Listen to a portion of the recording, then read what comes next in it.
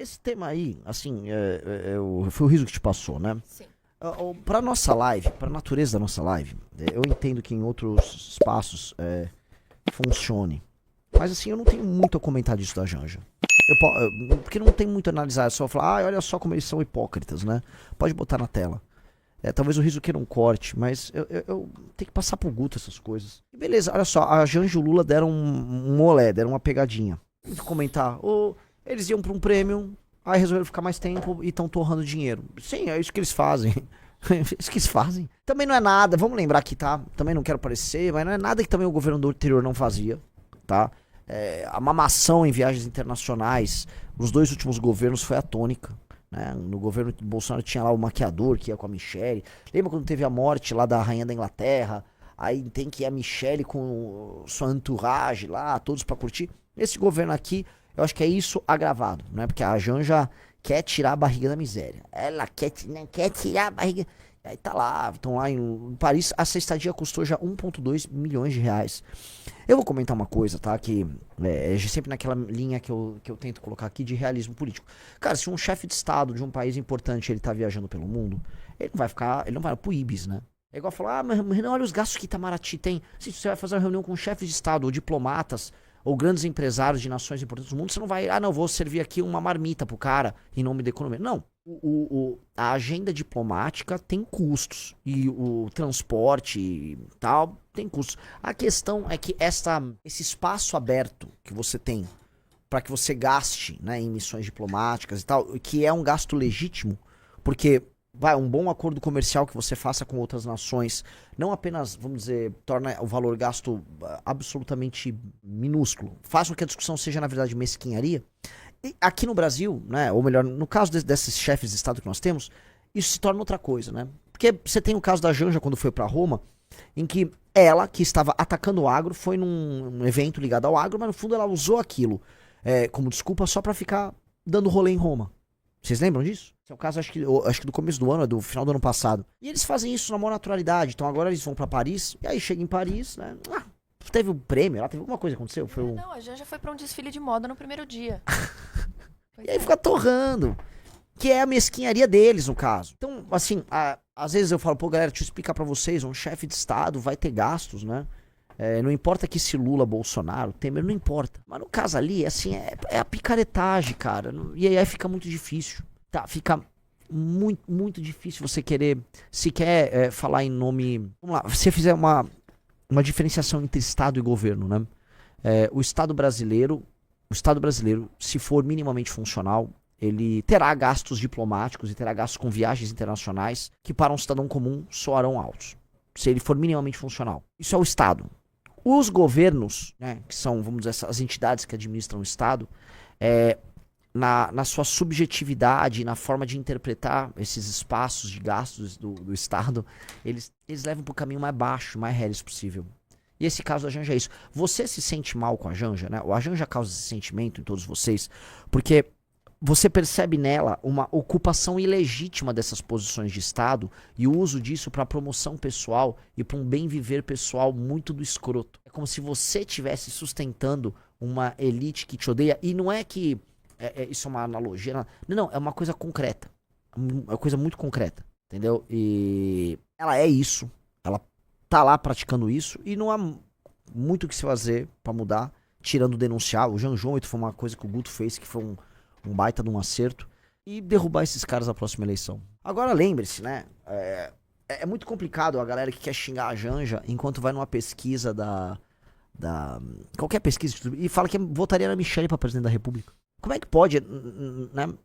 Porque a Michelle é a mesma coisa. Se for pegar os relatos todos, né? De como a Michelle administrava lá o palácio, ela deslumbrada, quebrou um monte de coisa. Realmente, assim, o que eles fizeram ali é muita cara da família Bolsonaro, que são uns caras muito reles. Viagens internacionais, gastos com cartão corporativo altíssimos.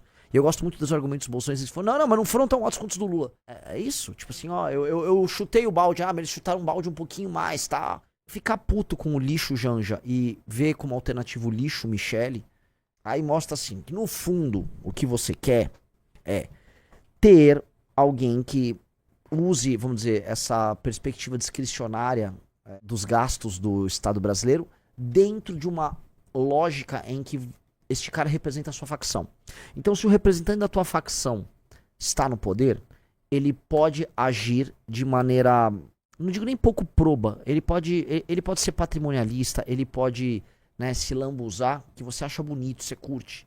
E boa parte da direita brasileira é isso, né? Então um direitista brasileiro vai se derreter todo se ele vê que a Michelle Bolsonaro tá se lambuzando com o cartão corporativo, que o Jair Bolsonaro vai gastar com... Não, ele tá nem ligando. É uma coisa com o esquerdista. Ah, a princesa Janja, né?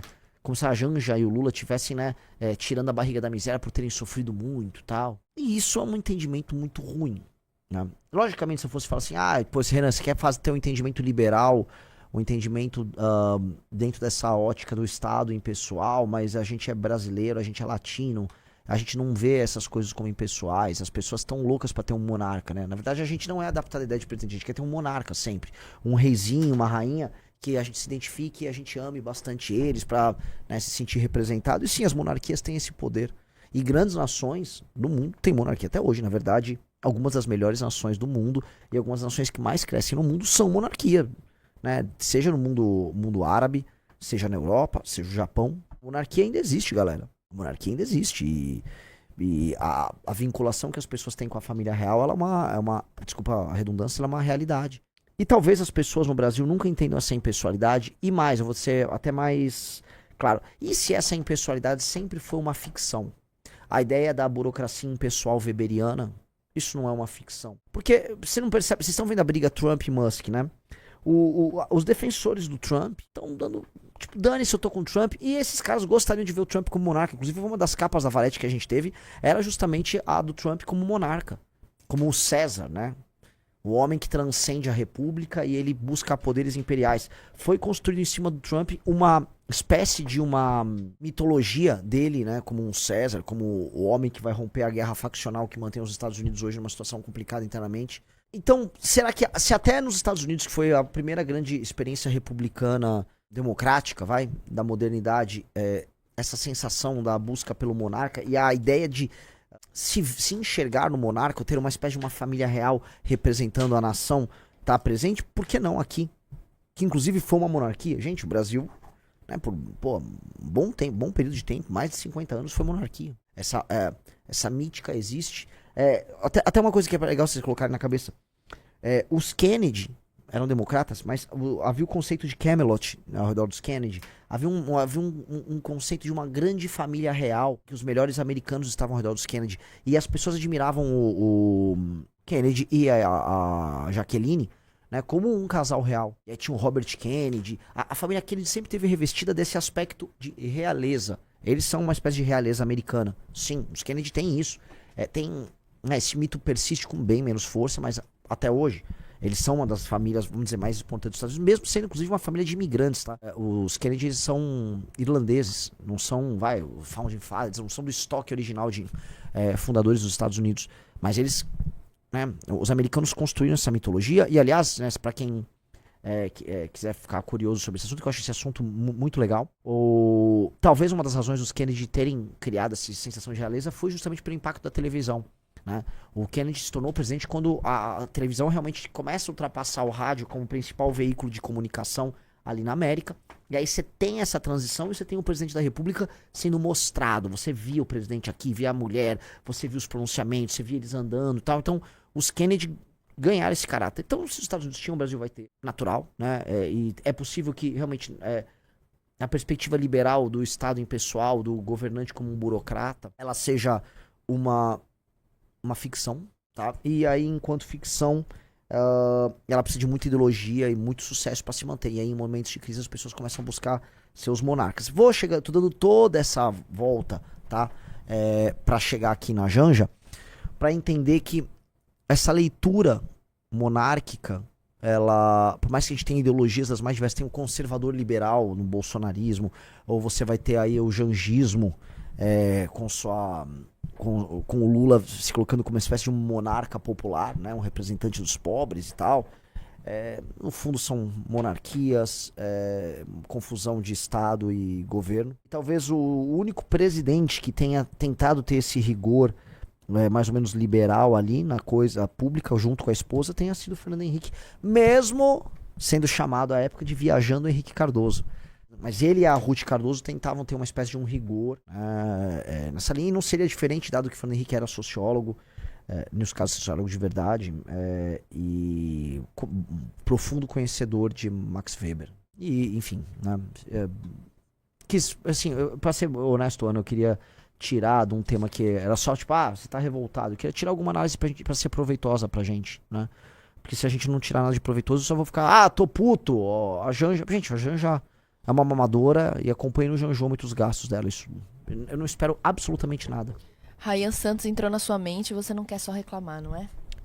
Não, eu tô reclamando. Eu só tô falando que não quero... nos hacks que a gente faz aqui na live, eu sempre falo pro Riso, tem certas coisas que você tá pedindo o quê? Pra eu dar um rant, né? Eu não tô muito afim.